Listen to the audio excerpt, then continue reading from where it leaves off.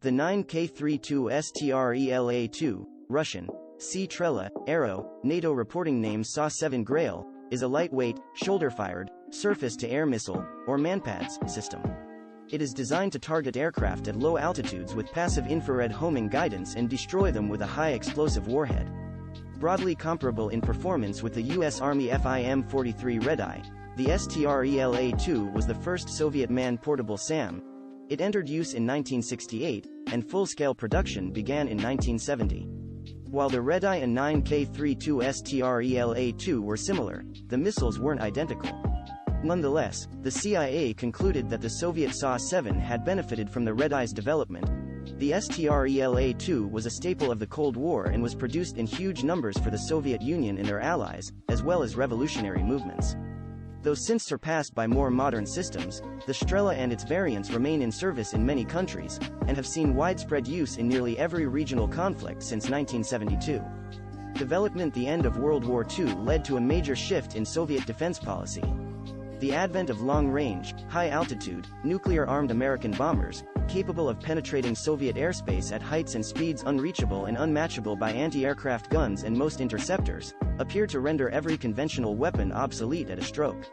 Numerous long-range, high-altitude SAM systems, such as the S-25 Berkut and S-75 Dvina, were rapidly developed and fielded to counter this large vulnerability.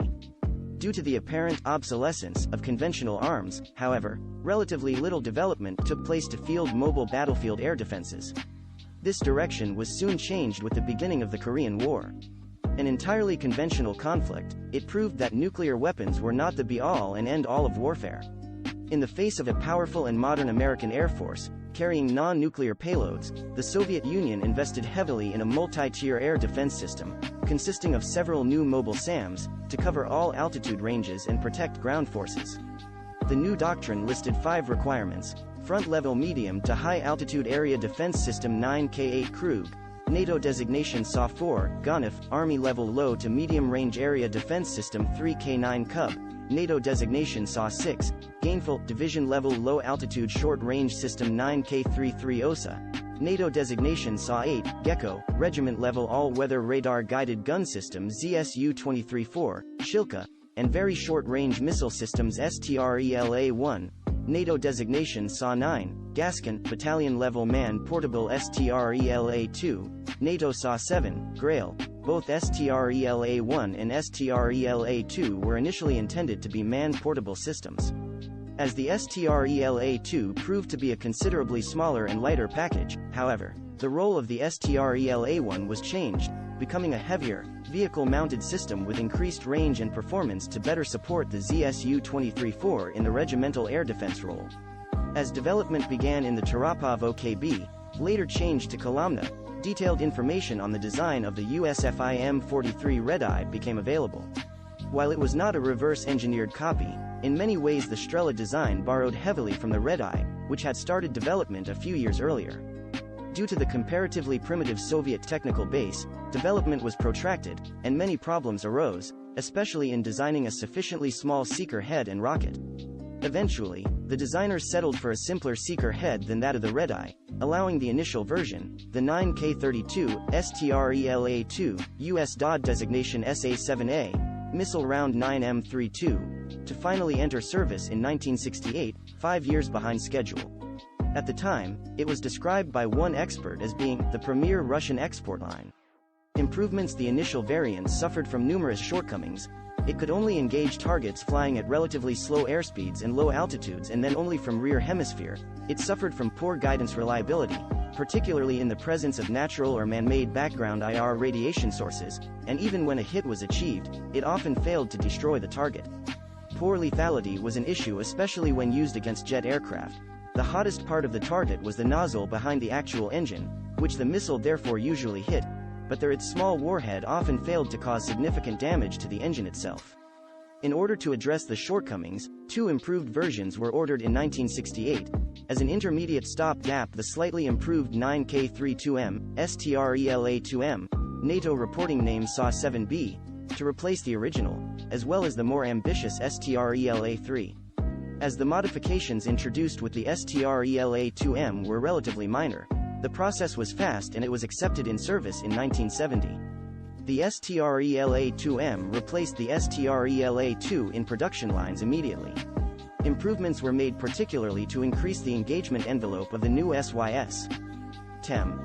Higher thrust propellant increased slant range from 3.4 to 4.2 kilometers, 2.1 to 2.6 miles, and ceiling from 1.5 to 2.3 kilometers, 0.93 to 1.43 miles. Improved guidance and control logic allowed the engagement of helicopters and propeller-driven aircraft, but not jets, approaching at a maximum speed of 150 meters per second, 490 feet per second, 340 miles per hour. Maximum speed of receding targets was increased from 220 to 260 meters per second, 720 to 850 feet per second, 490 to 580 miles per hour. More automated gripstock provided a simplified firing method against fast targets. A single trigger pull followed by lead and superelevation, replacing the separate stages of releasing the seeker to track and launching the missile. See description below. Contrary to what was initially reported in some Western publications, more recent information indicates that, while lethality on impact had proven to be a problem, the warhead remained the same 1.17 kilograms, 2.6 pounds, unit, including 370 gram, 13 ounces, TNT charge, as in the original. This remained the warhead of all Soviet manpads up to and including most 9K38 Igla variants. To address the problem of poor lethality, a more powerful heat filling than TNT, improved fusing, a terminal maneuver, and finally a separate charge to set off any remaining rocket fuel were gradually introduced in later manpad systems, but the original Strela-2/2M warhead design of a 370 gram, 13 ounces, directed energy heat charge in a pre-fragmented casing remained. The seeker head improvements were only minor changes to allow better discrimination of the target signal against background emissions. Some sources claim that the seeker sensitivity was also improved. The only defense against infrared countermeasures remained the seeker head's narrow field of view, which could be hoped to help the rapidly slowing flare fall off the missile field of view as it was tracking a fast-moving target. In practice, flares proved to be a highly effective countermeasure against both versions of the Strela-2. The seeker is commonly referred to as a hot metal tracker. The seeker can only see infrared energy in the near-infrared, near, spectrum, emitted by very hot surfaces only seen on the inside of the jet nozzle. This allows only rear aspect engagement of jet targets, earning the weapon its other moniker as a revenge weapon, since the missile has to chase an aircraft after it has already passed by. The Strela-2M was also procured for use on board Warsaw Pact warships, installed on 4-round pedestal mounts aboard Soviet amphibious warfare vessels and various smaller combatants. The weapon remained unchanged, but was assigned the NATO reporting name SA-N5, Grail. Description: the missile launcher system consists of the green missile launch tube containing the missile, a gripstock and a cylindrical thermal battery. The launch tube is reloadable at depot, but missile rounds are delivered to fire units in their launch tubes. The device can be reloaded up to 5 times. When engaging slow or straight receding targets, the operator tracks the target with the iron sights in the launch tube and applies half trigger. This action uncages the seeker and allows its attempt to track. If a target IR signature can be tracked against the background present, this is indicated by a light and a buzzer sound. The shooter then pulls the trigger fully, and immediately applies lead and superelevation. This method is called a manual engagement. An automatic mode, which is used against fast targets, allows the shooter to fully depress the trigger in one pull followed by immediate lead and superelevation of the launch tube. The seeker will uncage and will automatically launch the missile if a strong enough signal is detected. The manufacturer lists reaction time measured from the carrying position, missile carried on a soldier's back with protective covers, to missile launch to be 13 seconds, a figure that is achievable but requires considerable training and skill in missile handling. With the launcher on the shoulder, covers removed and sights extended, reaction time from fire command to launch reduces to 6 to 10 seconds, depending greatly on the target difficulty and the shooter's skill. After activating the power supply to the missile electronics, the gunner waits for electricity supply and gyros to stabilize, puts the sights on target and tracks it smoothly with the launch tube's iron sights, and pulls the trigger on the gripstock. This activates the seeker electronics and the missile attempts to lock onto the target. If the target is producing a strong enough signal and the angular tracking rate is within acceptable launch parameters, the missile alerts the gunner that the target is locked on by illuminating a light in the sight mechanism, and producing a constant buzzing noise.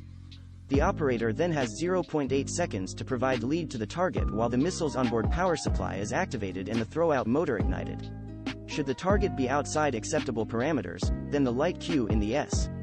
It and the buzzer.